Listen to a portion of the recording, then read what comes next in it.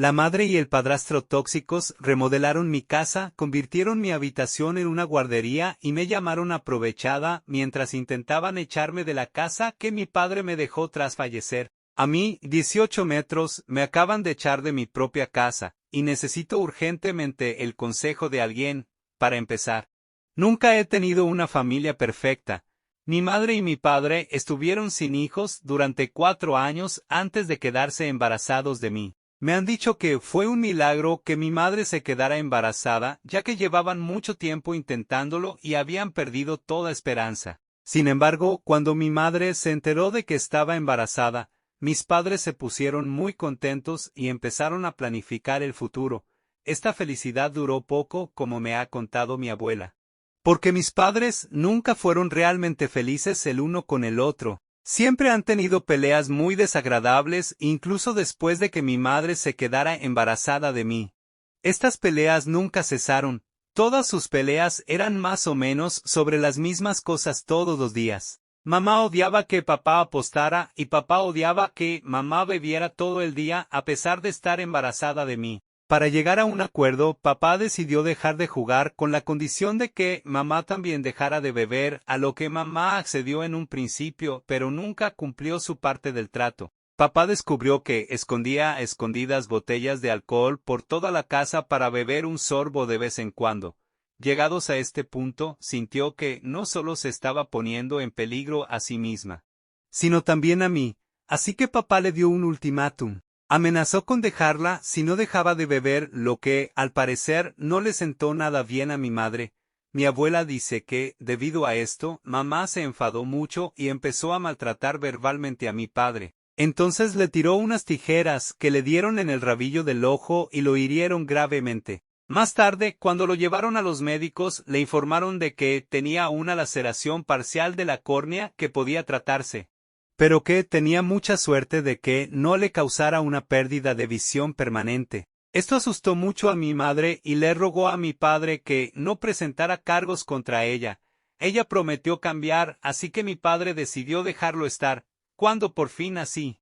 Me han dicho que mis dos padres estaban muy contentos y se esforzaron al máximo por cuidarme. Sin embargo, la paz entre ellos no duró mucho.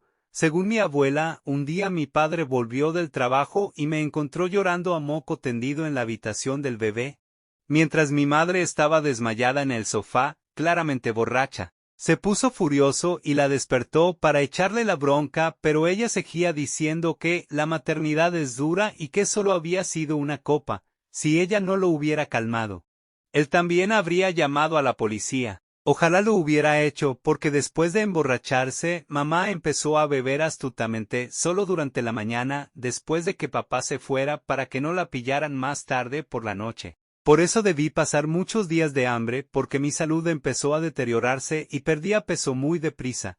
Cuando mi abuela venía de visita, siempre encontraba la casa completamente desordenada. Había platos sucios en el fregadero, el suelo estaba pegajoso y sucio, y todo estaba desordenado. Me encontraba con los pañales sucios o la ropa sucia y el pelo despeinado. Cuando intentaba hablar con mi madre sobre el estado de la casa o sobre mí, mi madre se ponía a la defensiva y le pedía que se metiera en sus asuntos. Una vez, cuando mi abuela vino a visitarnos, se dio cuenta de que mi madre estaba claramente borracha durante el día, ya que era incapaz de comprender sus palabras y no paraba de reírse. Cuando la abuela se lo reprochó, mi madre empezó a enfadarse e insistió en que no era para tanto.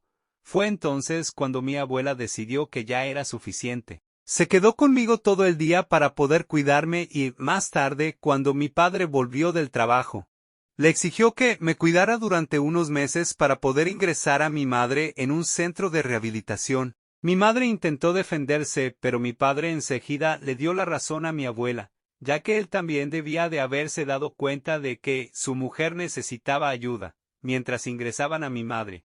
Me fui a vivir con mi abuela durante unos meses. Aquellos meses que pasé con ella fueron los mejores de toda mi vida. Me bañaba, me leía cuentos todas las noches. Me preparaba comidas sanas y me llevaba al parque a jugar. Ni siquiera sabía que eran cosas que los padres debían hacer con sus hijos. No me gritaba como hacía mi madre si quería jugar con ella.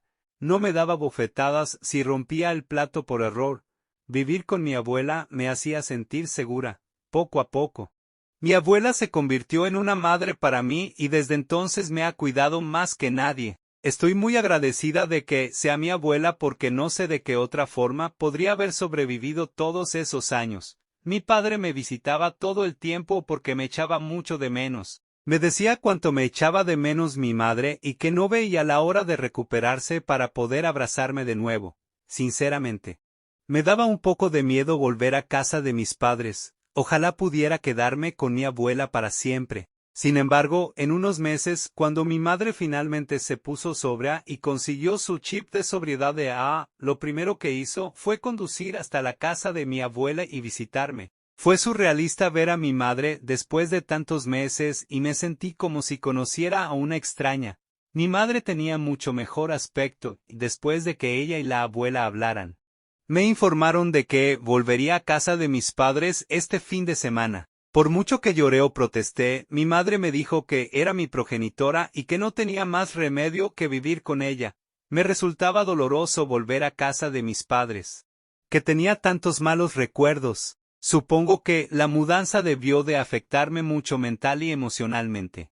Porque empecé a comer mucho menos y vomitaba mucho. Con solo 5 años me diagnosticaron disfunción eréctil.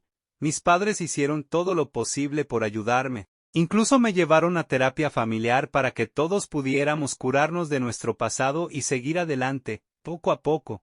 Empecé a sentirme mejor, mis padres ya no se peleaban y mi madre ya no bebía. Intentaba ser una madre más presente, lo que hizo que empezara a confiar en ella. Papá incluso redujo sus horas de trabajo para poder pasar más tiempo con nosotros. Sin embargo, las cosas empeoraron una tarde. Cuando mi padre y yo volvimos del colegio y pillamos a mi madre engañándole, tuvo la osadía de traer a su amante a casa y les vimos haciéndolo. Yo estaba absolutamente traumatizada y mi padre se quedó sin habla durante unos minutos. Tenía toda la cara roja de vergüenza mientras mi madre y su pareja se apresuraban a cubrirse. Me dijo que subiera mientras enfrentaba a mi madre. Y su pareja salió corriendo de la casa aterrorizada. Podía oír a mis padres gritarse en voz alta. Mi madre, como narcisista que es, lo culpó a él de haberla engañado, diciendo que se sentía demasiado presionada para ser perfecta y que este otro chico la hacía sentir como una persona normal. Le dijo a mi padre que sentía que hiciera lo que hiciera. Él siempre estaba decepcionado con ella por sus errores. Mi padre le gritó que era una cobarde y que había terminado con ella. Le exigió que se fuera de casa inmediatamente. Fue entonces cuando mi madre empezó a suplicarle que no fuera tan cruel y que no podía hacerle eso a la madre de su hijo. Le dijo que el otro chico no significaba nada y que tenían que arreglar el matrimonio por mi bien. Esa noche, mi abuela vino a recogerme mientras mis padres seguían gritándose. Le dijo una o dos palabras a mi madre, pero se mantuvo al margen. Durante las 2 semanas siguientes, me quedé con mi abuela mientras mi madre y mi padre arreglaban las cosas en casa. Mi madre me llamaba todos los días y fingía estar muy preocupada por mí cuando yo ya sabía que no le importaba a nadie más que ella misma. No sé si fue porque mi padre quería de verdad a mi madre o porque estaba demasiado acostumbrado a su relación disfuncional. Pero al final decidió quedarse con ella con la condición de que empezaran a ir a terapia matrimonial. Sin embargo, a pesar de la decisión de mi padre, nunca volví a ver a mi madre de la misma manera. Después de pillarla con el otro hombre, sentí que le había perdido todo el respeto. Como si las cosas no pudieran ir peor para nosotros como familia, apenas 3 meses después de este incidente. A mi padre le diagnosticaron cáncer de estómago.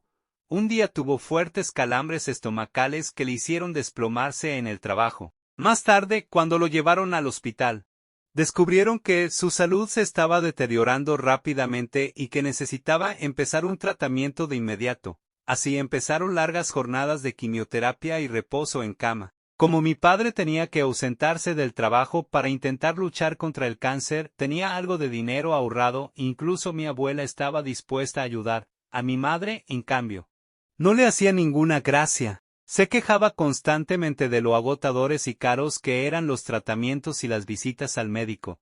papá la animaba a que buscara un trabajo a tiempo parcial y le prometía que volvería a su trabajo. Y la mantendría como siempre había hecho cuando se recuperara. Al final, mamá no tenía muchas opciones, así que empezó a trabajar de camarera en un restaurante local. Sus turnos eran largos y se quedaba fuera hasta altas horas de la noche. Mientras mi abuela llevaba y traía a mi padre del hospital para su tratamiento,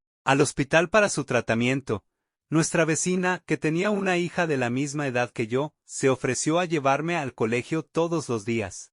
Lo que fue de gran ayuda para nosotros. Así es como me hice amiga de Shirley. Ella y yo somos amigas desde hace mucho tiempo, ya que prácticamente crecimos juntas. Los padres de Shirley conocían mi historia familiar al igual que muchos vecinos, ya que mis padres no eran especialmente sutiles con sus gritos. Así que cuando Shirley y yo nos hicimos amigas, empezaron a invitarme a cenar con ellas. Mi padre no veía ningún problema en ello, y yo tampoco. Sin embargo, mi madre siempre me reñía por pasar tanto tiempo en su casa. Me decía que solo me veían como un caso de caridad y que para ellos no era más que un juguete roto.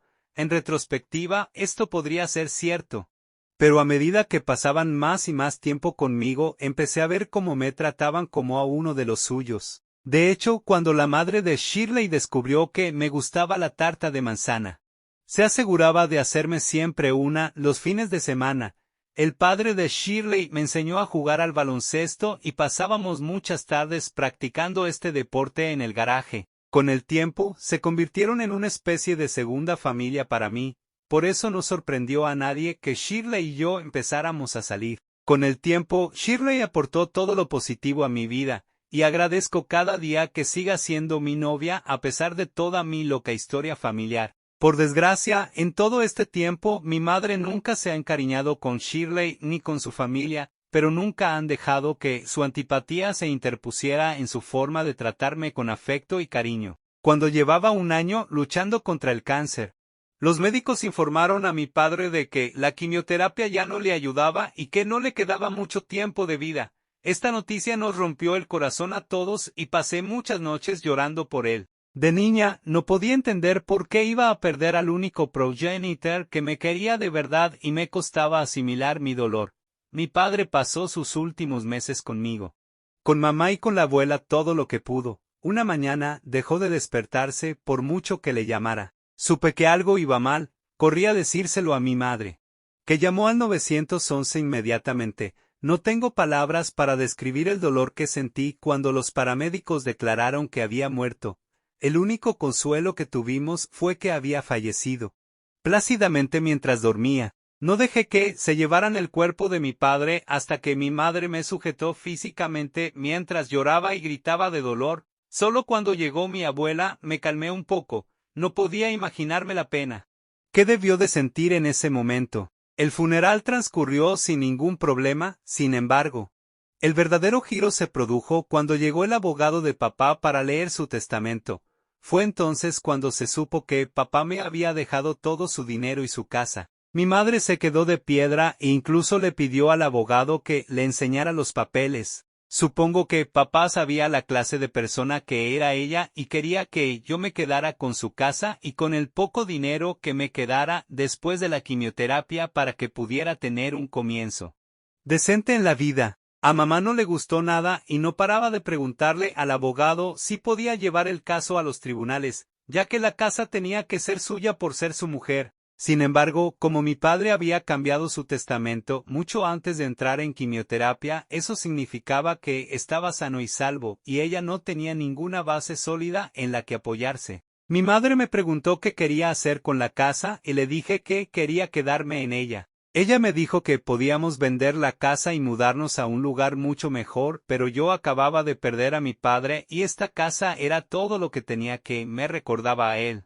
Así que obviamente me negué. No tenía otra opción, así que siguió viviendo en la casa. Me di cuenta de que parecía muy decepcionada, pero no le di mucha importancia. Sin embargo, ni siquiera 2 meses después, mi madre me informó de que había conocido a alguien y que quería que yo lo conociera. Por fin, ahora imagínate mi sorpresa cuando entré en el restaurante y me presentó nada menos que a Andrew, el mismo chico con el que papá y yo la habíamos pillado acostándose años atrás. Inmediatamente retrocedí asqueada y conmocionada cuando el hombre me tendió la mano para saludarme. Le pregunté a mi madre si era el mismo tipo. Y ella se hizo la sorprendida y me dijo que me sentara para poder explicarme mejor. Me negué a estrecharle la mano y a reconocerle, porque estaba furiosa con mi madre por pensar que me gustaría conocerle. Mi madre empezó a explicarme cómo se habían reconectado después de tantos años y que Andrew era solo un viejo amigo que la hacía sentir bien después de la muerte de papá. Había algo en sus palabras que me hizo sentir que me estaba mintiendo. Además, parecían muy cómodos el uno con el otro y no paraban de besarse, lo que me hizo sentir aún más incómodo. Empecé a pensar en todas las noches que había vuelto a casa de madrugada mientras mi padre aún vivía, dando excusas de que estaba haciendo horas extras cuando podría haber estado quedando con ese tipo a nuestras espaldas. Durante toda la noche seguí ignorando a Andrew cada vez que intentaba entablar una conversación conmigo. Más tarde, mi madre se enfadó conmigo por haber sido grosera con su novio y me dijo lo irrespetuoso que era. Recuerdo que incluso me dijo que por eso pensaba casarse con Andrew en los próximos meses para que yo pudiera tener un modelo positivo en mi vida. Me enfadé mucho al oír esto y le dije que de ninguna manera lo quería en mi vida y que si se casaban, entonces ella tenía que mudarse porque prefería vivir sola que con un hombre que tuvo la audacia de tener una aventura con ella mientras mi padre aún vivía. Mi madre me amenazó diciéndome que todavía era menor de edad y que ella era mi progenitora, así que de todas formas no tenía ninguna opción real en este asunto. Por desgracia, tenía razón. Y fiel a sus palabras, pronto se casó con Andrew y él se mudó rápidamente a nuestra casa. Una vez que se mudó, se aseguró de recordarme todos los días que él era el hombre de la casa. Odiaba que yo tuviera fotos de mi padre y mías en el salón, así que un día, al volver del colegio, descubrí que las había quitado y puesto en el sótano. Cuando me enfadé con él, me dijo que él y mi madre necesitaban empezar de cero, por lo tanto, solo podía poner fotos de mi padre en mi habitación, como si esto no fuera suficiente para odiarlo. También era extremadamente controlador. Llamaba a mi madre cada vez que terminaba su turno y la volvía a llamar si se retrasaba un minuto en llegar a casa. Poco a poco empezó a hacer lo mismo conmigo, pero le hice callar enseguida. Le recordé que no era mi padre de ninguna manera y que iba a quedarme fuera todo el tiempo que quisiera. Yo tenía las llaves de la casa, así que no podía dejarme fuera. Ahora, no me malinterpreten. No era como si me quedara fuera de fiesta o algo así. Simplemente pasaba las tardes en casa de Shirley o en la biblioteca, donde podía terminar tranquilamente mis deberes y estudiar. Durante todo este tiempo, seguí manteniendo una buena relación con mi abuela y la visitaba siempre que podía. Simplemente nos sentábamos a ver una vieja película en blanco y negro o a recordar viejos tiempos. Cuando terminé el instituto, mi madre ni siquiera se molestó en asistir a mi graduación. Aunque ya no esperaba mucho de ella, me entristecía un poco que mi única progenitora no se preocupara lo más mínimo por mí. Sin embargo, mi abuela y los padres de Shirley me apoyaron y me animaron durante la graduación. Más tarde, cuando me preparaba para salir de fiesta con mis amigos, mi madre entró en mi habitación para decirme que Andrew y ella creían que ya era adulta y que tenía que asumir responsabilidades en casa. Confundida, le pregunté qué quería decir con eso, ya que yo siempre lavaba los platos y la colada. Fue entonces cuando mi madre me dijo que tenía que encontrar un trabajo y empezar a pagar las facturas de la casa. Dijo que Andrew creía que yo no llevaba mi peso y que, como adulta, esperaba que aportara dinero. Me cabreó un poco que no me diera ni un solo día para celebrarlo antes de darme la noticia. Pero acepté contribuir en la medida de mis posibilidades. Durante las semanas siguientes solicité y conseguí un trabajo como cajera en Burger King, al tiempo que presentaba solicitudes de admisión en varias universidades. Al final conseguí entrar en una buena universidad de mi ciudad, lo que me evitó tener que gastar dinero en alojamiento en albergues. Pero si tuve que comprarme un coche para que me resultara más fácil ir a clase. Decidí hablar con mi madre para preguntarle si podía ayudarme a comprar un coche. pero ella y Andrew se enfadaron inmediatamente al oír esto. Andrew me gritó que estaban haciendo más que suficiente por mí con los escasos ingresos que ambos tenían y que, por una vez, tenía que dejar de ser tan egoísta. No podía entender que era exactamente lo que me hacía ser egoísta en sus libros, pero mamá ni siquiera intentó defenderme. Me dijo que estaba sola y que, como adulta, tenía que resolver las cosas. Imagínate mi sorpresa cuando, unas semanas más tarde, me desperté con unos obreros remodelando la cocina y el lavabo de abajo, cuando le pregunté a mamá.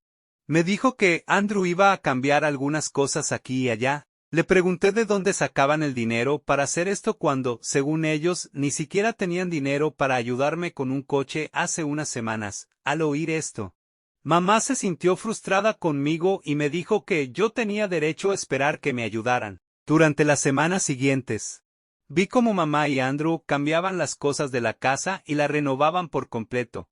Mantuve la boca cerrada y agaché la cabeza. Shirley sabía que estaba disgustada e intentó animarme todo lo que pudo. Sin embargo, hoy, cuando he vuelto a casa, he encontrado mis cosas y mi ropa en el salón. Me apresuré a ver mis cosas, gritándole a mamá porque estaban allí y no en mi habitación. Fue entonces cuando Andrew y mamá bajaron para decirme que tenían que hablar conmigo de algo muy importante. A continuación, anunciaron con entusiasmo que mamá estaba embarazada de Andrew y que se habían guardado la noticia durante más de 2 meses. Andrew dijo que, como padre del niño, tenía que pensar primero en las necesidades de su hijo. Por eso había decidido convertir mi habitación en una habitación infantil para su bebé. Me quedé boquiabierta cuando me dijo que era hora de que me fuera a vivir sola, ya que él y mamá habían acordado que no podían seguir cuidando de una aprovechada. Mamá asintió con la cabeza y sugirió que me mudara a casa de la abuela hasta que pudiera pagar mi propia casa. En aquel momento se me llenaron los ojos de lágrimas. Me sentí tan indeseada que ni siquiera me molesté en discutir con ellos. Llamé a un Uber y me llevé todos mis documentos importantes para pasar la noche en casa de mi abuela. Ella está tan conmocionada como yo y ahora odia a mi madre aún más. Quería volver y enfrentarme a mi madre, pero antes de eso, quería pedir consejo legal.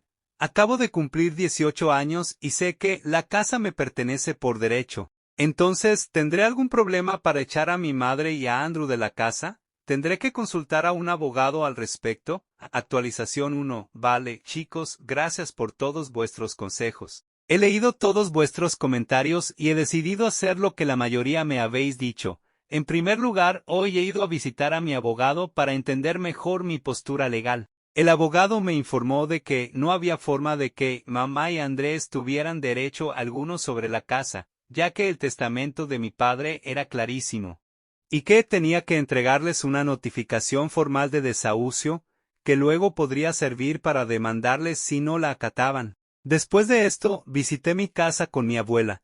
Yo tenía las llaves, así que ni siquiera me molesté en llamar al timbre.